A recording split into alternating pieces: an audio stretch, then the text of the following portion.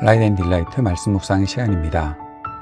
사랑하는 주님, 오늘로 주님의 은혜와 사랑을 의지하고 이 하루를 살아갈 수 있도록 도우시니 감사와 찬양을 드립니다.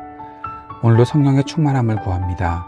주님의 말씀을 읽고 묵상하며 그 말씀을 깨달을 수 있도록, 또 그 말씀대로 살아갈 수 있도록 우리를 성령으로 충만케 하여 주옵소서.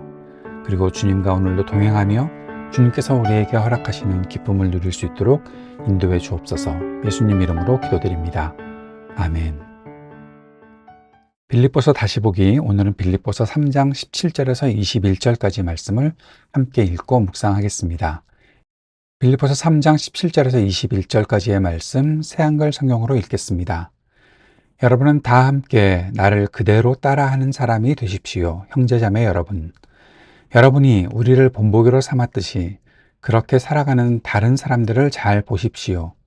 내가 여러 번 여러분에게 말했고 지금도 울면서 말합니다만 그리스도의 십자가의 원수로 살아가는 사람들이 많이 있기 때문입니다.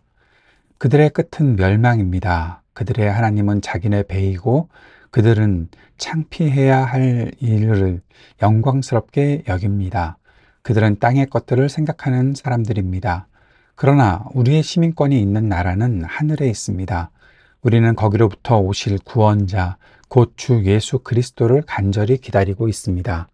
그리스도께서는 우리의 낮은 몸을 바꾸어 자신의 영광스러운 몸과 같은 모양이 되게 하실 것입니다. 만물을 자신에게 굴복시킬 수 있는 능력으로 일하심에 따라서 그렇게 하실 것입니다. 아멘. 오늘 읽은 본문은 바울의 눈물 섞인 경고와 동시에 하늘 시민권자의 정체성과 삶의 방향을 말씀하고 있습니다. 바울은 자신이 그리스도를 얻기 위해 모든 것을 배설물로 여기며 살았고 완성되지 않았지만 끝까지 달려가는 경주자의 태도로 살았다는 것을 앞에서 나누었죠. 이제 바울은 공동체를 향해 권면하고 또 눈물로 경고하며 하늘 시민권자로 살 것을 촉구합니다. 본문에 보면 여러분은 다 함께 나를 그대로 따라하는 사람이 되라, 나를 본받는 사람이 되라, 그렇게 말하고 있습니다. 바울은 그리스도를 본받는 삶의 본보기로서 자신을 제시하고 있습니다. 여기 본받는다라는 말은 함께 본받는다라는 뜻을 가졌는데 그것은 공동체적인 제자도를 말하는 겁니다. 공동체가 함께 본받아야 하는 제자의 길을 가기 위해 누군가를 따라야 하는 일이 필요하다라는 거죠. 바울은 그리스도를 따라 사는 삶을 말하고 있고 그리스도의 자기 비움 또 그 케노시스, 그래서 고난, 죽음, 부활을 따라가겠다라고 말하고 있는데 그것이 단지 그리스도께서 그렇게 사셨으니 우리는 예수를 본받아야 한다라는 말로만 하는 것이 아니라 앞에서 제시했던 디모데와 에바브로디도 그리고 자신의 이야기를 하면서 다 이제 우리가 그렇게 살아가고 있지 않는가, 그러니 우리를 따라 살아라 라고 말하는 겁니다. 이것은 자신을 드러내는 것이 아니라 구체적인 삶의 모델이 필요하다는 것을 강조하고 있는 거죠. 그래서 이제 사도 바울뿐만 아니라 또 누군가도 그리스도를 따라 사는 사람이 있으면 그렇게 따라 살아갈 수 있는 모델로 세워질 수 있어야 하고 또 제시될 수 있어야 한다라는 것입니다. 사도 바울이 계속해서 내가 여러 번 여러분에게 말했고 라고 하면서 울면서 말하는 이야기가 또 이어지고 있습니다. 바울의 아픈 마음은 바로 그리스도 십자가의 원수로 행하는 자들 때문입니다. 이들은 단순히 믿지 않는 것이 아니라 교회 공동체 안에서 그리스도의 길을 왜곡시킨 사람들입니다. 그들은 율법을 강조하기도 했고 또 자신들의 어떠한 일들을 자랑하면서 경쟁하게끔 하면서 서로가 감사하는 마음 또 격려하고 위로하는 것이 아니라 누군가를 이기려고 하는 그런 마음이 있었다는 거죠. 이것이 율법주의를 따라가고 있는 사람들과 연결되는 것은 결국 내 행동과 내 공로가 강조가 되면 그러면서 나 자신을 높이게 되고 또 그것이 결국에는 율법주의의 아주 잘못된 모습으로 나타나는 거고 그리스도의 길을 왜곡하는 일들이 있었다는 겁니다. 바울은 이것을 단호히 경고하면서 눈물로 말한다라고 말하고 있죠. 그들의 파멸이 너무 분명하고 잘못하고 교회 공동체를 해하는 사람들은 반드시 파멸하게 되는데, 그러면서 그들이 복음에서 멀어지는 것을 사도 바울이 안타까워하기 때문에 눈물로 울면서 말한다라고 말하고 있는 겁니다. 계속해서 바울은 그들의 끝은 멸망이라고 말하지요. 그들의 하나님은 자기네 배다. 그들은 창피해야 할 일을 영광스럽게 여긴다라고 말합니다. 그들의 끝은 멸망입니다. 다 파멸하게 되어 있습니다. 왜 그런가 하면 그들의 욕망, 그들은 탐욕을 신으로 삼고 살아가는 자들이기 때문입니다. 도덕과 진리를 뒤바꾸는 자들입니다. 창피해야 할 것들을 영광스럽게 여기는 사람들이기 때문입니다. 그들의 삶의 방향은 하늘이 아닙니다. 하나님 나라가 아닙니다. 세상에 고정된 사람들입니다. 교회는 항상 십자가의 길과 세상의 길을 분별해야 하지요. 이것이 너무나 당연한 일 아니겠습니까? 그런데 말로만 십자가의 길, 세상의 길을 내가 분별한다가 아니라 내 탐욕을 위해서 살아가고 있다면 그것이 바로 세상의 삶의 목표를 두고 살아가는 것 아니겠습니까? 분별하지 못하고 살아가는 것이겠죠. 그렇게 하다 보면 결국 복음을 따르는 것처럼 보이지만, 교회에 나오면서 열심히 기도하고 뭔가 행하는 것으로 보이지만 결국 그 속에 탐욕이 자신들의 신이 되어서 내가 원하는 일들이 이루어져야 된다, 그런 식으로 살아가다 보면 결국 십자가의 원수가 될 수 있다는 겁니다.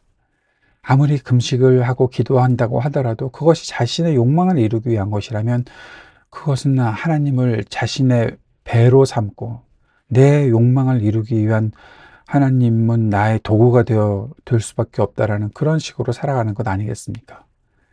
그런 사람들에게 사도 바울이 우리의 시민권이 있는 나라는 하늘에 있다라고 말하는 거죠. 하나님 나라가 우리의 시민권은, 내가 시민권을 가진 그 나라는 하나님 나라다라고 말하는 겁니다. 시민권을 왜 언급합니까? 정치 체계를 언급하는 것이고 소속 국가를 말하는 것인데, 이것은 단순한 국적이라기보다 삶의 질서, 정체성, 가치관이 어디에 있느냐라는 거죠. 그것이 바로 하나님 나라에 있다는 사실을 말해주는 겁니다. 빌립보 사람들은 사실 로마의 식민지로 살지만 로마의 식민지에 있으면서 시민권을 가지고 있었거든요. 거기에 대한 자부심이 대단했던 사람들입니다.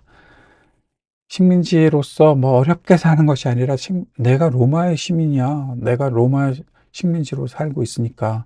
옛날에 우리나라가 일제 강점기에 있을 때 내가 일본 국민이야.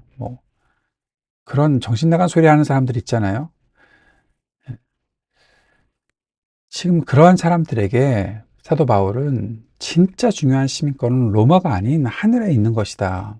그리스도를 믿고 따르는 사람들은 로마가 아닌 하늘에 시민권이 있는 사람들이다라고 강조하고 있는 거죠. 하늘의 가치를 따르는 사람들, 하늘의 법을 따르는 사람들, 하늘의 삶을 살아가는 것이 지금 바로 우리가 살고 있는 여기가 되어야 한다. 지금 여기가 바로 그 시민권이 실효성을 발휘할 수 있는 나라여야 한다라고 말해 주는 겁니다. 그리고 사도 바울은 그렇게 살아가는 사람들에게 있는 소망을 말합니다. 우리의 낮은 몸을 바꾸어 자신의 영광스러운 몸과 같은 모양이 되게 하실 것이다. 예수님이 부활의 몸을 약속하셨지요.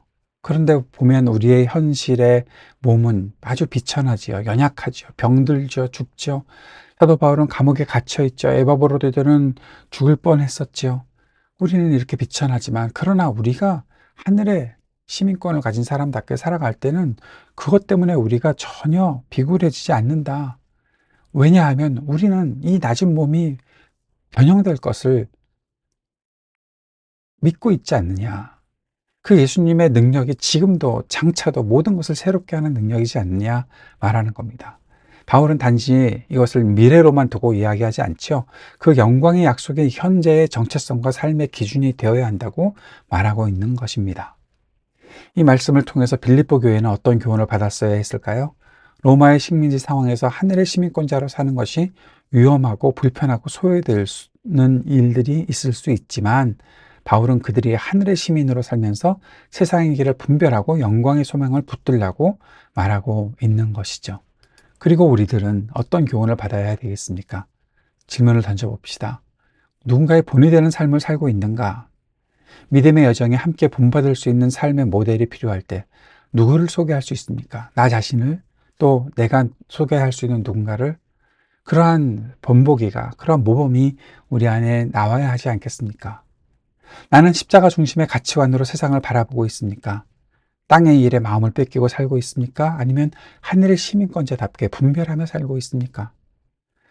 하늘의 시민권은 내 일상에 어떤 영향을 미치고 있습니까? 내가 소비하는 방식, 내 시간의 사용, 관계, 공동체 안에서 어떤 역할들, 거기에 내가 하늘의 시민권을 가지고 있다는 것이 어떠한 영향을 주고 또 그 영향을 받고 있습니까? 나는 영광의 몸을 소망하며 살고 있습니까? 지금은 비천한 몸을 가지고 살아가고 있지만 소망을 가지고 오늘 이 땅에서 그 소망을 이 땅에서 살아낼 수 있는 현실에 그 용기가 되고 있습니까? 이 질문에 우리가 어떻게 답해야 할지 오늘 이 말씀을 통해서 다시 한번 깊이 묵상하고 우리에게 있는 하늘의 시민권이 우리의 삶에, 우리의 일상에 작용할 수 있는 그러한 영광을 누리며 살기를 바랍니다. 주님께서 가르쳐 주신 기도 함께 드리겠습니다. 하늘에 계신 우리 아버지, 아버지의 이름을 거룩하게 하시며 아버지의 나라가 오게 하시며 아버지의 뜻이 하늘에서와 같이 땅에서도 이루어지게 하소서. 오늘 우리에게 일용할 양식을 주시고 우리가 우리에게 잘못한 사람을 용서하여 준 것 같이 우리 죄를 용서하여 주시고 우리를 시험에 빠지지 않게 하시고 악에서 구하소서. 나라와 권능과 영광이 영원히 아버지의 것입니다. 아멘.